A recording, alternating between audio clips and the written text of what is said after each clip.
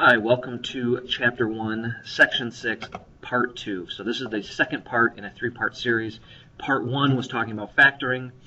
Part 2 is going to be talking about completing the square.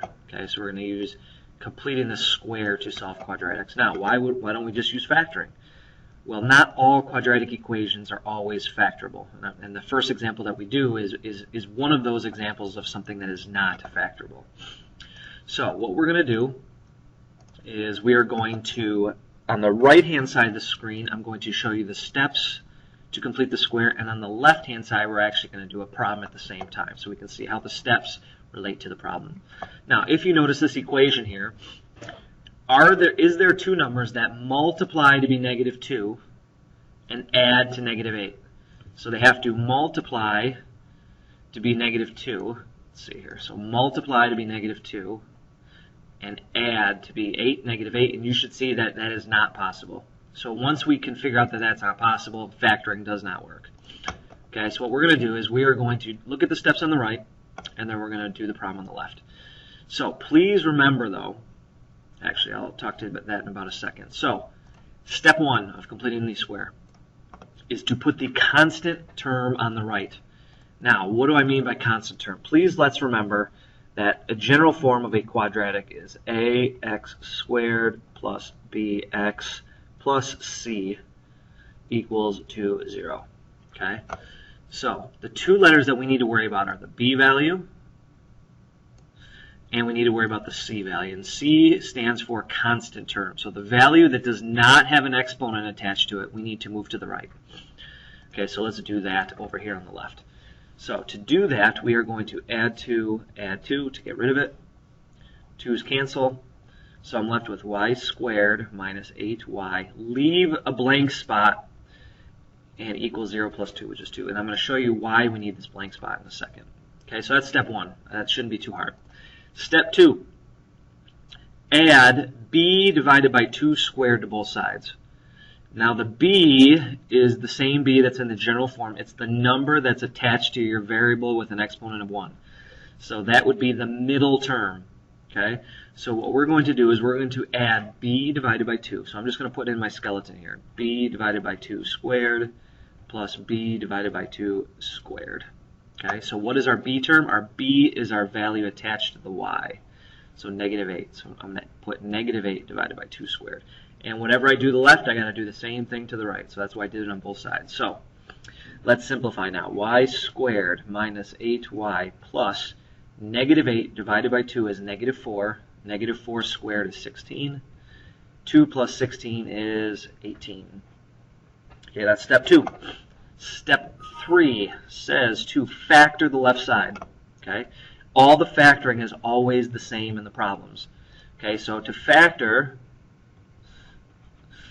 you only need one set of parentheses with the squared because the left and the right are identical. Okay, so we're talking about y's. What two numbers multiply to be 16 and add to a negative 8?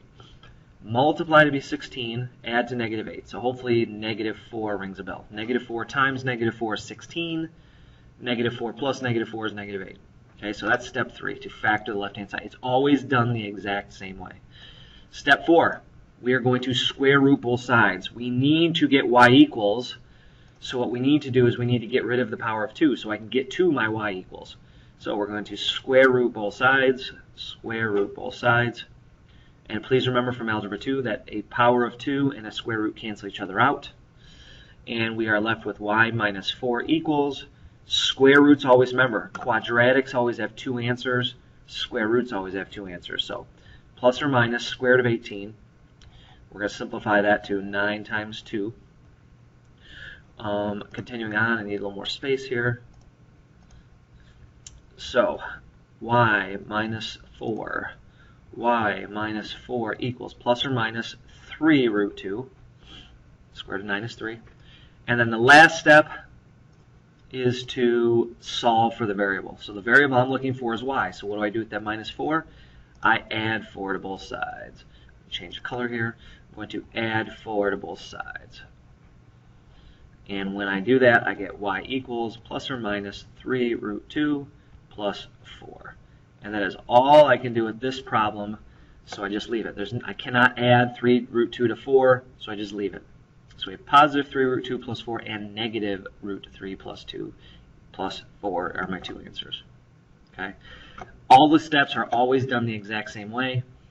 Let's look at problem 2, and let's solve this, and hopefully it will make sense to you once we solve it.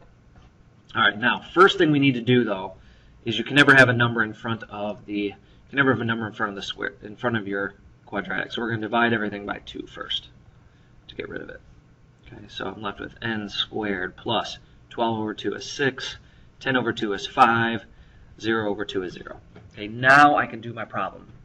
So step one was to get the constant term, the plus 5 on the right. So n squared plus 6n.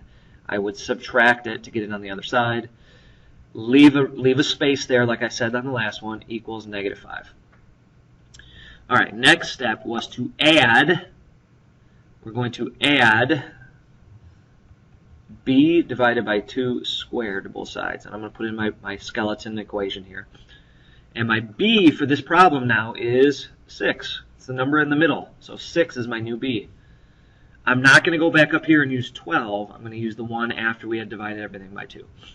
Okay, so let's simplify now. I'm left with n squared plus 6n.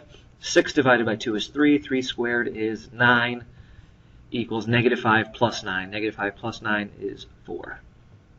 Okay, so next step. Next step is to factor the left-hand side. So one set of parentheses with a squared. N is my variable I'm looking at. What two numbers multiply to be 9, but add to 6?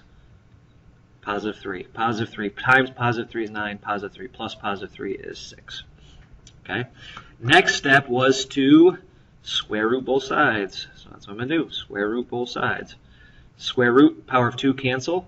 N plus 3 is equal to. Square root of 4 is plus and negative 2.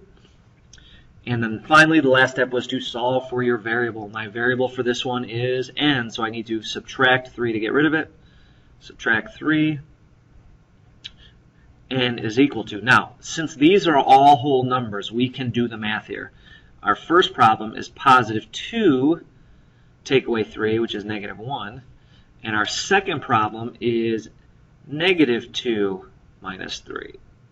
Negative 2 minus 3, which is negative 5. So there are our two answers to this completing the squared problem. Now, they're all done the same. The only difference on this one was there was a number in front of the n squared first, so you have to divide by that number to get rid of it first. Okay. Lastly, if you are interested in some extra credit, do this problem tonight, turn it in at the very beginning of the hour tomorrow, and if you get it right, I will give you extra credit. Okay, let me add the equals 0 at the end because it has to equal 0 to be an equation. Okay, so do this problem, turn it in for extra credit. If you get it right, I'll give you a little bit of extra credit. So that's part 2 of section 6. We have one more part left, and then we are done with chapter 1. Good luck. Hopefully it went well, and I will see you tomorrow.